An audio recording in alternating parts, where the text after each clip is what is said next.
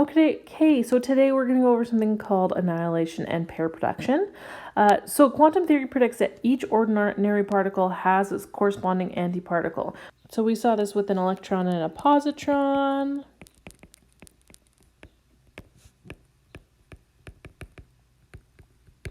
We've also seen this with a neutrino and antineutrino.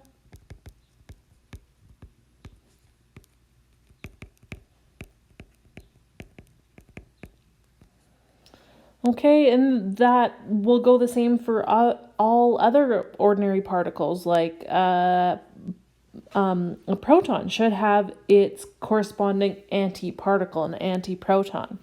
So what happens when these two things interact? What happens when a particle interacts with its antiparticle? Well, when they collide, it's something really crazy called annihilation, which is just a collision between two elementary particles. And what happens is they annihilate each other, because you can't have matter and antimatter existing in the same space. So what happens with annihilation is when an elementary particle and its antiparticle collide, they create a pair of high energy gamma ray photons traveling in opposite directions, and they are no more. So there is complete annihilation. And that is actually one way that we can kind of destroy matter, is if we have antimatter and matter and you collide them, then it does actually destroy matter. And out of it, we get high energy gamma ray photons, but we travel them in opposite directions. So how is that possible? How do we, create that from mass? Well, we actually already know that, right? Einstein's mass energy equivalence is what's happening. Okay. So for every particle, an antiparticle that annihilate, we create a gamma ray photon, because all their mass is being converted to energy. So if we have our electron and positron collision, before we have these two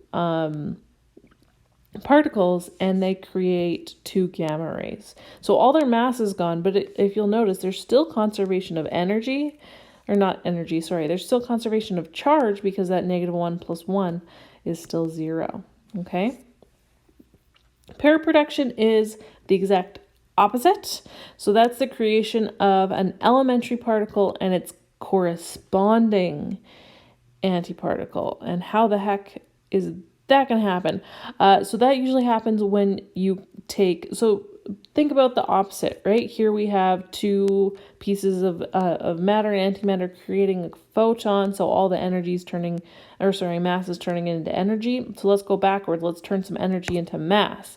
So take a photon, collide it with a nucleus, and it has enough energy to go into that nucleus and kind of mess with what's happening.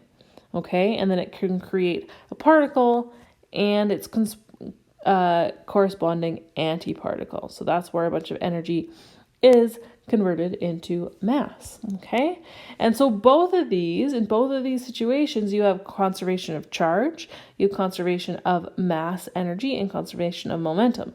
Charge, because the particle and its antiparticle will have equal but opposite charges. So you'll always have a net charge of 0. Again, we don't have a conservation of mass or conservation of energy. It has to be mass energy, because of course we know, using that Einstein's equivalence, if we look at those together, it is a conservation of mass turning into energy, or energy turning into mass. And then we do have a conservation of momentum, because as we know, we can find momentum of particles using MV, and we can also find momentum of photons. Okay? That's annihilation and pair production. And if you can believe it, that's all I'm going to tell you about today. So, shortest video ever. Yay. All right, have a great rest of your day.